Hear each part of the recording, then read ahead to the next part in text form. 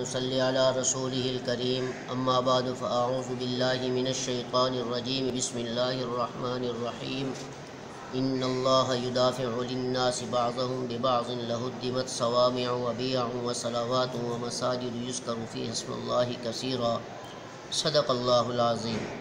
میرے عزیز دوستو، بزرگوں اور نوجوان ساتھیوں، اس دنیا میں بعض ایسے لوگ ہیں جنہوں نے اپنی دکان کا دفاع کیا اور دفاع کرتے ہیں۔ بعض وہ لوگ ہیں جو اپنی فیکٹری کا دفاع کرتے ہیں، بعض وہ ہیں جو سرحدوں کا اس کا دفاع کرتے ہیں، بعض وہ ہیں جو اپنے گھر کا دفاع کرتے ہیں۔ لیکن اللہ نے ایمان والوں کو وہ مقام، وہ فضیلت، وہ عظمت عطا فرمائی کہ ایمان والوں نے اس دنیا میں آ کر اسلام کا دفاع کیا، دین کا دفاع کیا، ایمان کا دفاع کیا، قرآن کا دفاع کیا، فقہ کا دفاع کیا، حدیث کا دفاع کیا، حتیٰ کہ اس تمام چیزوں کا دفاع کرتے ہوئے اسلام کو کائنات کے حصے حصے میں پہنچایا۔ صحابہ کرام کی جماعت کو دیکھ لیں۔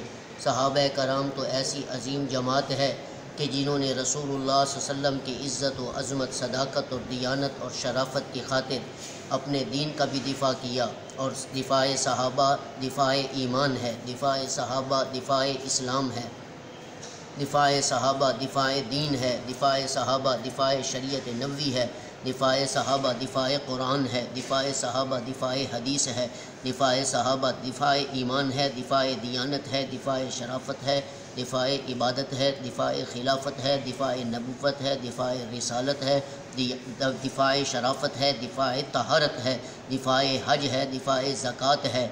ایسی جماعت ہے جنہوں نے اپنا سب کچھ قربان کر کے اسلام کا دفاع کرتے ہوئے یہ دین امت تک پہنچایا، اور یہ دین آج بھی ان کی قربانیوں کی برکت سے باقی ہے۔ یہ اسلام ان کی قربانیوں کی برکت سے باقی ہے، یہ دین ان کی محنت کی وجہ سے باقی ہے۔ اور وہ تو اس دنیا میں نہیں رہے، لیکن ان کی قربانیوں کی وجہ سے یہ اسلام آج بھی آباد ہے، قیامت تک آباد رہے گا۔ یہ دین آج بھی آباد ہے اور قیامت تک آباد رہے گا۔